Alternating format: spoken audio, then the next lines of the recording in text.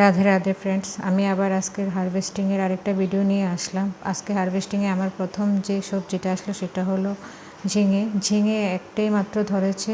ঝিঙে গাছ হয়েছে সুন্দর, কিন্তু ঝিঙে ধরছে না কেন বুঝতেই পারছি না। তারপরে আমি দ্বিতীয় যে সবজিটা হারভেস্ট করলাম সেটা হলো কাঁকরোল। গাছে অনেকগুলো কাঁকরোল হয়েছে, তাই সবগুলো কাঁকরোল তুলে নিলাম।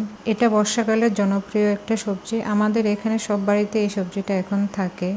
তারপরে আমি বেগুন তুলে নিলাম। আমার বাড়িতে অনেক ধরনের বেগুন গাছ আছে, এর মধ্যে 3 ধরনের বেগুন খুবই ধরে, খুবই ফলন হয়। তারপরে কিছু ঢেঁড়স তুলে নিলাম। ঢেঁড়স একটু কমই হয়েছে, কারণ আমি কিছু ঢেঁড়স গাছের মাথা কেটে দিয়েছি। তারপর আমি কিছু ডাঁটা শাক তুলে নিলাম। আসলে আমি এই পেটিতে আমি কিছু পুঁই শাক লাগিয়েছিলাম, কিন্তু মাটিগুলোর মধ্যে ডাঁটা শাকের বীজ থাকায় অনেক ডাঁটা শাক উঠেছে, তাই আমি এগুলো তুলে নিলাম। তারপর আমি ছাদ থেকে 2টো কুমড়ো ডগা কেটে নিলাম। এগুলো আমি মাছ দিয়ে রান্না করব।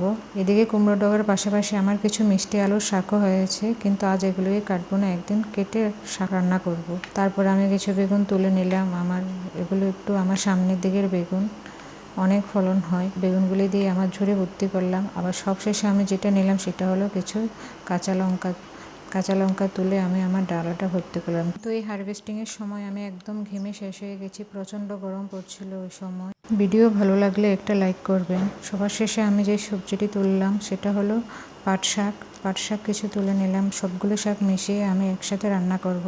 এই হলো আমার আজকের হারভেস্টিংয়ের ডালা। আমি একটু ঝিঙ্গে নিয়েছি, তারপরে কিছু বেগুন, তারপরে কাঁকরোল, তারপরে কিছু ডাঁটা শাক, সঙ্গে শিংনাথ বেগুনও আছে, আর কিছু কুমড়ার ডাঁটা, সঙ্গে পাট শাক, আবার ঢেঁড়সও ছিল। এই হলো আমার সবজির ডাঁটা। দেখেন, নিজের বাগানে অর্গানিক সবজি করার কতই না আনন্দ।